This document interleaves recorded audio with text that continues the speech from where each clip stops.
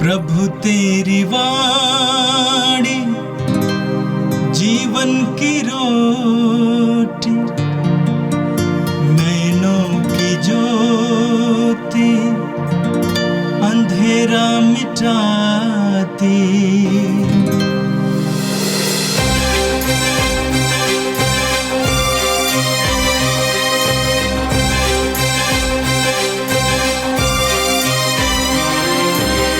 प्रभु तेरी वाणी जीवन की रोटी, नैनों की ज्योति अंधेरा मिटाती। प्रभु तेरी वाणी जीवन की रोटी, नैनों की ज्योति अंधेरा मिटाती। वाणी वाणी वाणी वाणी वाणी पवित्र है, शाश्वत है, जीवन का मन्ना है। 7 अक्टूबर सोमवार। पहला पाठ प्रेरित चरित अध्याय 1 पद संख्या 12 से 14। यीशु के स्वर्गारोहण के बाद प्रेरित जैतून नामक पहाड़ से लौटे। यह पहाड़ यरूशलेम के निकट विश्राम दिवस की यात्रा की दूरी पर है। नगर पहुंचकर वे अटारी पर चढ़े जहाँ वे ठहरे हुए थे। वे थे पैतरुस तथा योहन, याकूब तथा अंद्रयस, फिलिप तथा थोमस, बर्थलोमी तथा मती, अल्फाई का पुत्र याकूब तथा सिमोन जो उत्साही कहलाता था, और याकूब का पुत्र यूदस। ये सब एक हृदय होकर नारियों, यीशु की माता मरियम तथा उनके भाइयों के साथ प्रार्थना में लगे रहते थे। यह प्रभु की वाणी है। संत लूकस के अनुसार पवित्र सुसमाचार अध्याय 1 वाक्य 26 से 38 तक। छठे महीने स्वर्गदूत गब्रियल ईश्वर की ओर से गलीलिया के नाजरत नामक नगर में एक कुंवारी के पास भेजा गया, जिसकी मंगनी दाऊद के घराने के यूसुफ नामक पुरुष से हुई थी, और उस कुंवारी का नाम था मरियम। स्वर्गदूत ने उसके यहाँ अंदर आकर उससे कहा, प्रणाम प्रभु की कृपा पात्री, प्रभु आपके साथ है। वह इन शब्दों से घबरा गई और मन में सोचती रही कि इस प्रणाम का अभिप्राय क्या है। तब स्वर्गदूत ने उससे कहा, मरियम डरिए नहीं, आपको ईश्वर की कृपा प्राप्त है। देखिए, आप गर्भवती होंगी, पुत्र प्रसव करेंगी और उनका नाम ईसा रखेंगी। वे महान होंगे और सर्वोच्च प्रभु के पुत्र कहलाएंगे। प्रभु ईश्वर उन्हें उनके पिता दाऊद का सिंहासन प्रदान करेगा। वे याकूब के घराने पर सदा सर्वदा राज्य करेंगे और उनके राज्य का अंत नहीं होगा। पर मरियम ने स्वर्गदूत से कहा, यह कैसे हो सकता है? मेरा तो पुरुष से संसर्ग नहीं है। स्वर्गदूत ने उत्तर दिया, पवित्र आत्मा आप पर उतरेगा और सर्वोच्च प्रभु की शक्ति की छाया आप पर पड़ेगी। इसलिए जो आपसे उत्पन्न होंगे वे पवित्र होंगे और ईश्वर के पुत्र कहलाएंगे। देखिए, बुढ़ापे में आपकी कुटुंबिनी एलिजबेथ के भी पुत्र होने वाला है। अब उसका जो बाँझ कहलाती थी 6ठा महीना हो रहा है, क्योंकि ईश्वर के लिए कुछ भी असंभव नहीं है। मरियम ने कहा, देखिए, मैं प्रभु की दासी हूँ, आपका कथन मुझ में पूरा हो जाए। और स्वर्गदूत उसके पास से चला गया।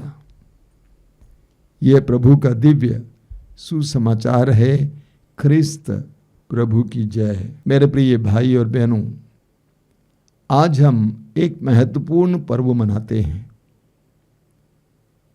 रोजरी माला विनती की मां मरियम का पर्व मनाते हैं।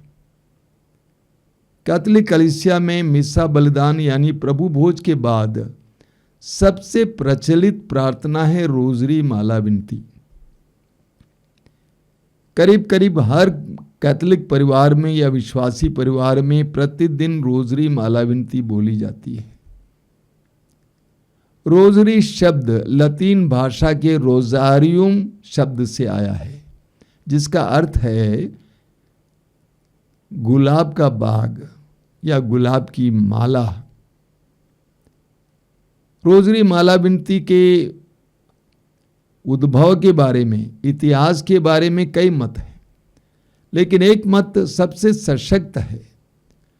14वीं सदी में संत डोमिनिक को मां मरियम ने दर्शन दिया और दर्शन में उनसे कहा गया कि बराबर 150 स्तोत्र को दोहराया करो।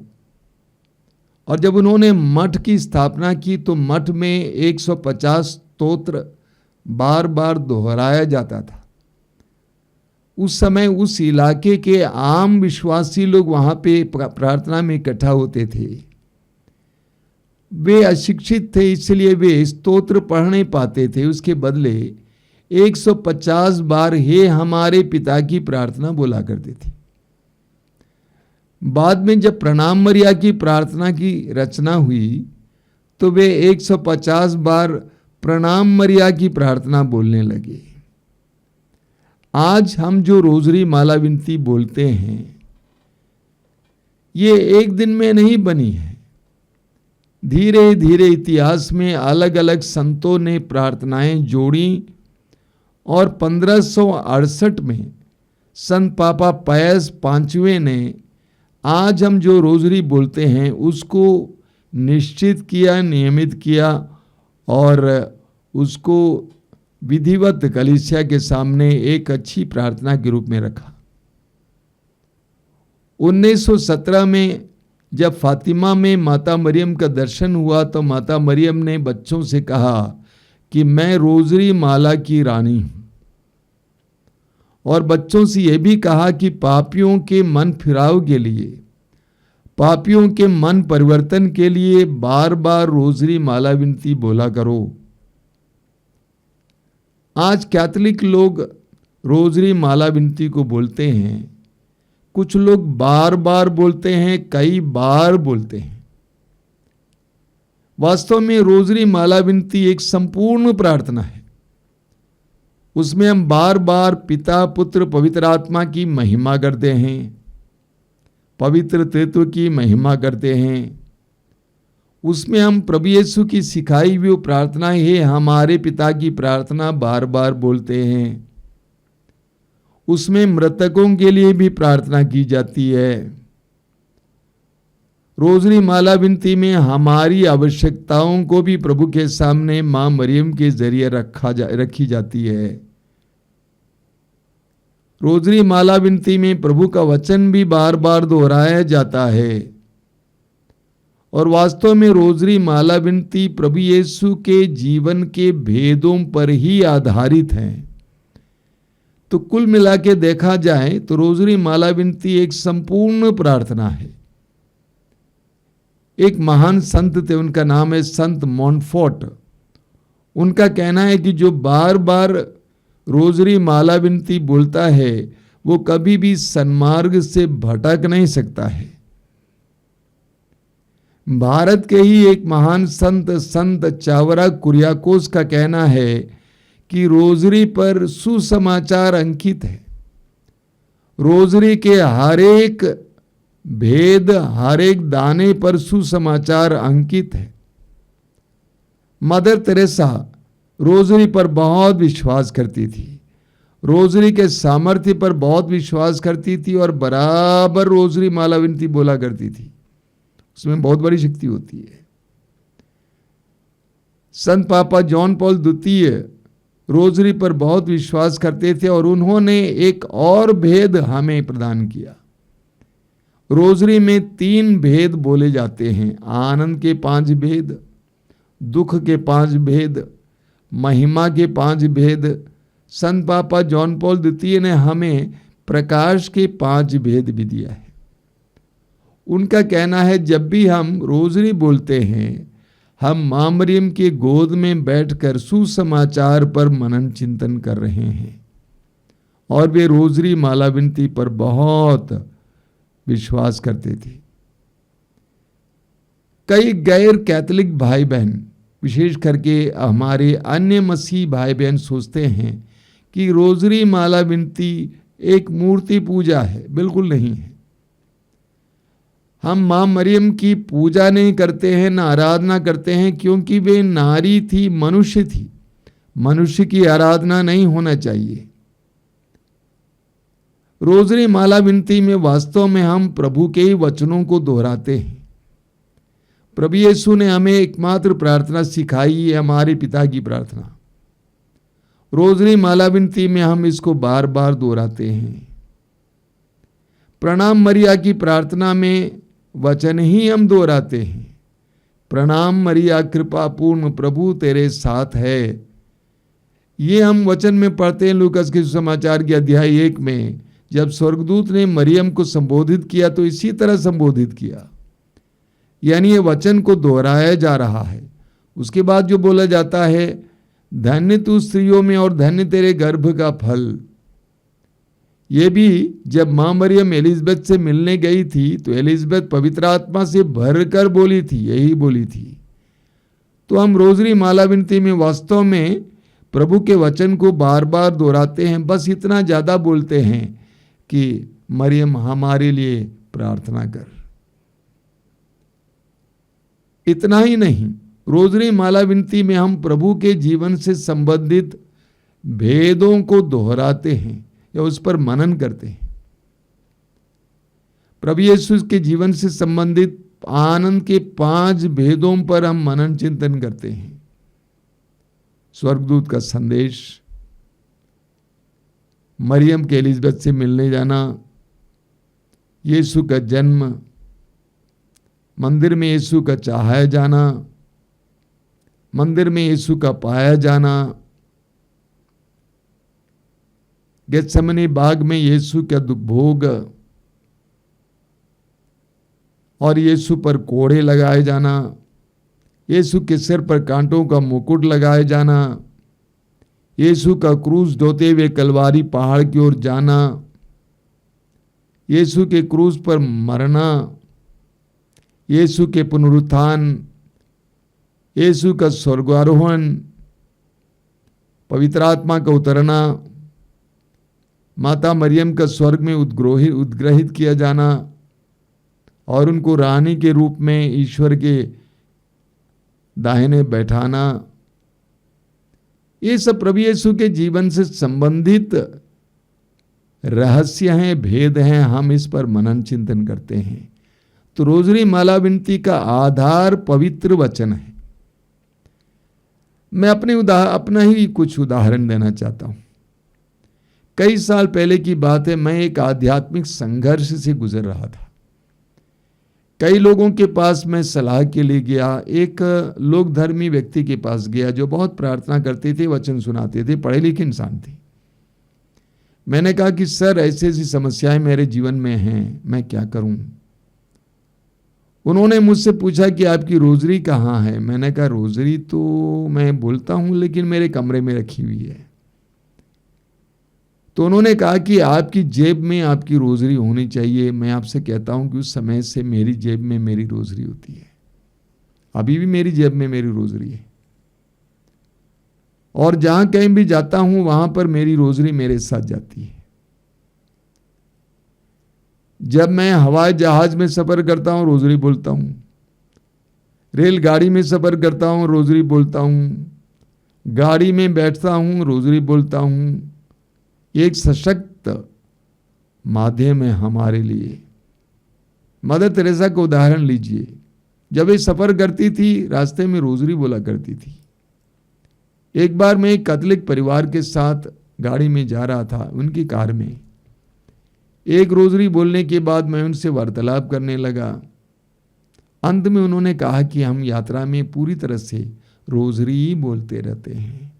बहुत शक्तिशाली प्रार्थना है, ये मेरा भी अनुभव है। कुछ साल पहले मैंने एक नारी को यहाँ पे बुलाया था, प्रवचन देने वाली नारी। मैंने कहा कि आप रोजरी माला विनती के महत्व के बारे में लोगों को बताइए। तो उन्होंने एक बात कही जो बहुत ही सशक्त बात है। उन्होंने कहा कि रोजरी माला के हर दाने में ऐसी शक्ति है जितना बंदूक की गोली में नहीं है। बंदूक की गोली की से भी ज्यादा शक्ति रोजरी माला के दानों में है। वास्तव में जो भक्ति के साथ रोजरी माला विनती बोलता है वह इस बात को जानता है। शैतान से लड़ने के लिए एक सशक्त शस्त्र है रोजरी माला विनती। प्रलोभनों से लड़ने के लिए एक सशक्त शस्त्र है रोजरी माला विनती। अपनी जेब में रोजरी रखा कीजिए। ये आपके लिए एक सुरक्षा का माध्यम है। पवित्र जीवन जीने के लिए रोजरी एक बहुत सशक्त माध्यम है। जब आपके जीवन में प्रलोभन होता है, हाथ में रोजरी उठाइए, आप देखेंगे प्रलोभन गायब हो जाएगा।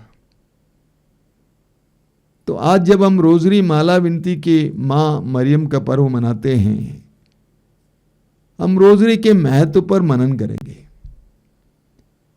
कि यह कोई मूर्ति पूजा नहीं है, बल्कि यह वचन पर आधारित प्रार्थना है। प्रभु यीशु की मां मरियम के माध्यम से, उनके द्वारा हम प्रार्थना करते हैं ईश्वर से, और इस प्रार्थना में बहुत बड़ी शक्ति है। आप में से जो लोग आज तक नहीं किए हैं, एक रोजरी खरीदिए, करना सीखिए और करके देखिए। आप देखेंगे कि आपके जीवन में आध्यात्मिक शक्ति आएगी। आज का पहला पाठ प्रेरित चरित्र के अध्याय 1 से लिया गया था। प्रभु यीशु ने प्रेरित चरित्र में पढ़ते हैं कि प्रेरित चरित्र अध्याय 1 वाक्य 4 और 5 में अपने शिष्यों को बताया कि पवित्र आत्मा के लिए प्रतीक्षा करें। और आज के पाठ में आपने सुना कि शिष्यों ने, प्रेरितों ने पवित्र नारियों और मां मरियम के साथ मिलकर पवित्र आत्मा के आगमन के लिए प्रतीक्षा में, प्रार्थना में समय बिताए। मरियम ने पवित्र आत्मा का अभिषेक प्राप्त करने के लिए शिष्यों की अगुवाई की। और आज के सुसमाचार में हमने सुना कि स्वर्गदूत गब्रियल माता मरियम के पास आता है और उनका संबोधन करता है और प्रभु के जन्म के बारे में संदेश देता है। जब मरियम को पता चलता है कि ये ईश्वर की इच्छा है, तो वो क्या कहती है? वो कहती है, मैं प्रभु की दासी हूं, प्रभु का कथन मुझ में पूरा हो जाए। स्वर्गदूत गायब हुआ। उस समय मरियम के अंदर शरीर ने देह धारण किया। ईश्वर का पुत्र उनके गर्भ में आया। आज माता मरियम की विशेष मध्यस्थता द्वारा हम प्रार्थना करें कि हमारे जीवन में भी प्रभु के चमत्कारों को देखने के लिए, हमारे जीवन में भी प्रभु के भेदों को हम जिए, इसके लिए प्रभु हमें कृपा दे। आइए हम प्रार्थना करें। प्रभु यीशु, धन्यवाद देते हैं आज के सुंदर दिन के लिए, इस सुंदर और महान पर्व के लिए धन्यवाद देते हैं। मां मरियम की विशेष मध्यस्थता द्वारा हम प्रार्थना करते हैं कि हमें भी मरियम की तरह तेरे प्रति और ईश्वर के प्रति समर्पित बना। अपने संपूर्ण जीवन को ईश्वर के हाथों में समर्पित करने की कृपा दे। ए प्रभु यीशु, इन वचनों को सुनने वाले मेरे भाई बहनों को आशीर्वाद देना। आज का पूरा दिन माता मरियम की विशेष मध्यस्थता के द्वारा उनके लिए कृपा का दिन बने। हमारी प्रार्थना को ग्रहण कर। आमीन।